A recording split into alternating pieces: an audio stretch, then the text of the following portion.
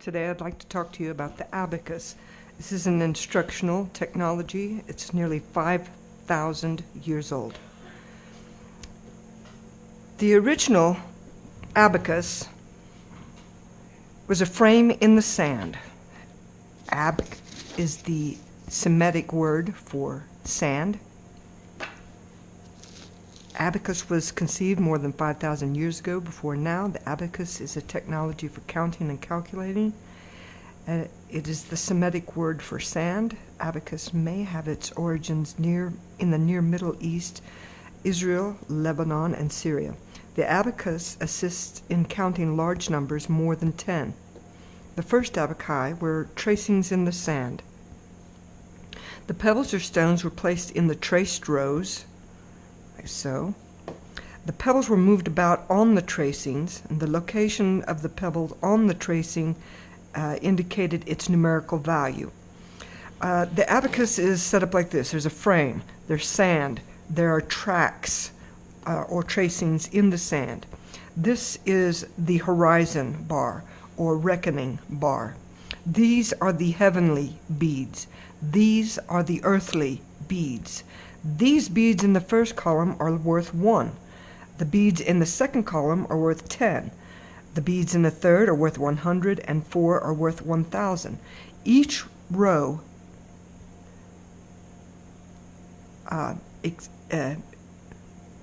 multiplies the row on the right by a power of 10. So you have ones, tens, hundreds, thousands.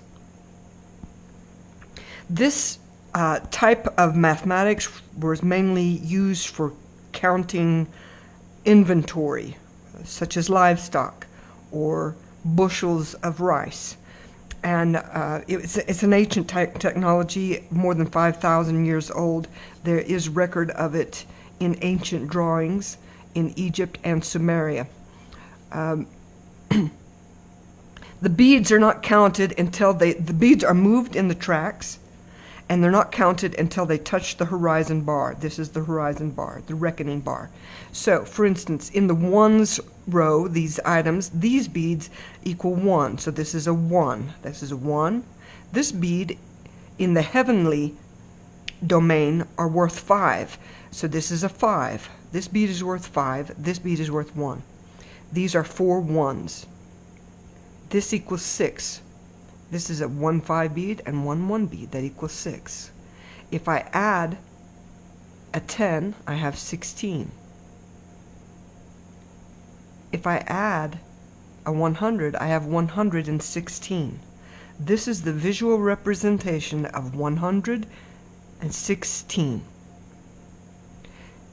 If I add 20 to this, I will add 2 stones in the tens column, leaving me with a solution of 136.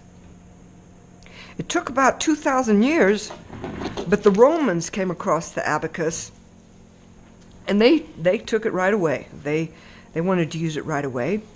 They, however, modified it so that it was portable, gave it mobility. They created a pottery. It has the same tracings, the same horizon bar. They added and modified it so that they could count greater, even larger numbers. They also added a portion where they could create fractions, or say, for instance, a half a bushel, or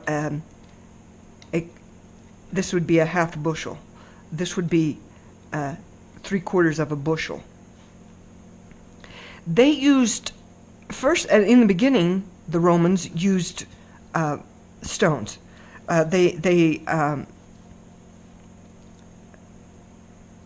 It is assumed that the Romans wanted this mobile unit. Tax collectors and merchants needed mobility. The wealthier people who had this abacus used jettons. These are jettons, and they are minted coins out of precious metals. And richer people had jettons, while regular, ordinary farmers who understood mathematics would just use stones in the same way. 800 years later, We moved the abacus was introduced to the Chinese.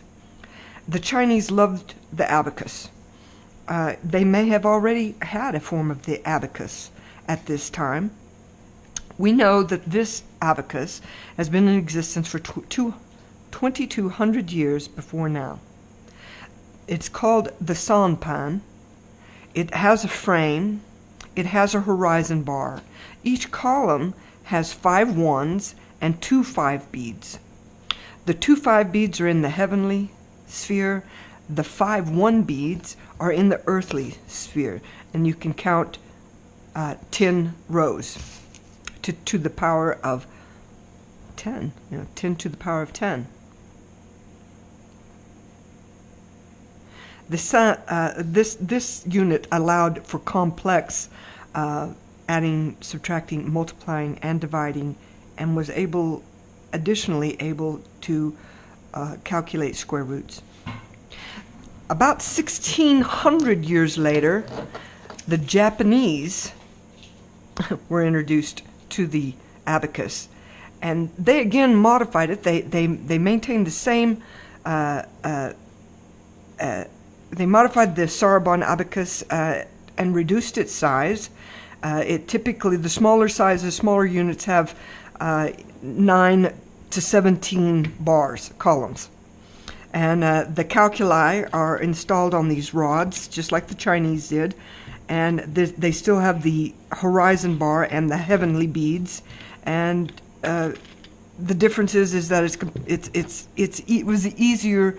It was more mobile because it was smaller. From this unit in Japan, it took about 250 years to get to Western Europe, where the Russians developed this abacus, the Russian shoddy.